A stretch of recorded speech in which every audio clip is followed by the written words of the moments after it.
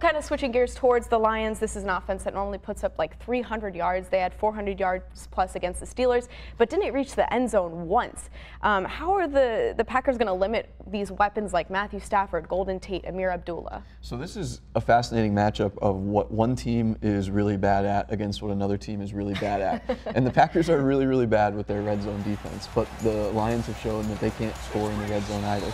Pittsburgh played tremendous red zone defense against the Lions last week.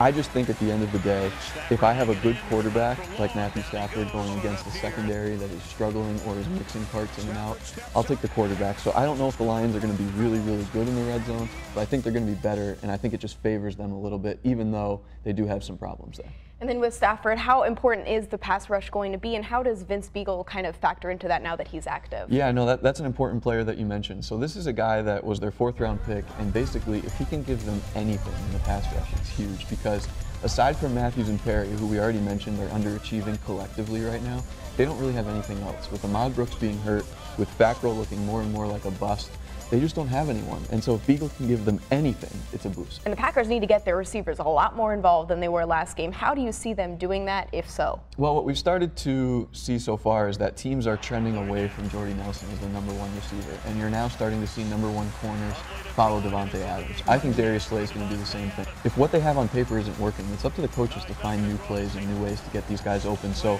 as we mentioned earlier, it's a huge test for the coaches the second half of the season, and finding ways to get the ball to their playmakers is a huge part of that. Are there any other matchups that you're particularly watching in this Lions game? Well, I think everyone's looking at TJ Lang. You know, this is a guy that was with the Packers for a long, long time, played really good football as a guard here. He goes over to the Lions in free agency.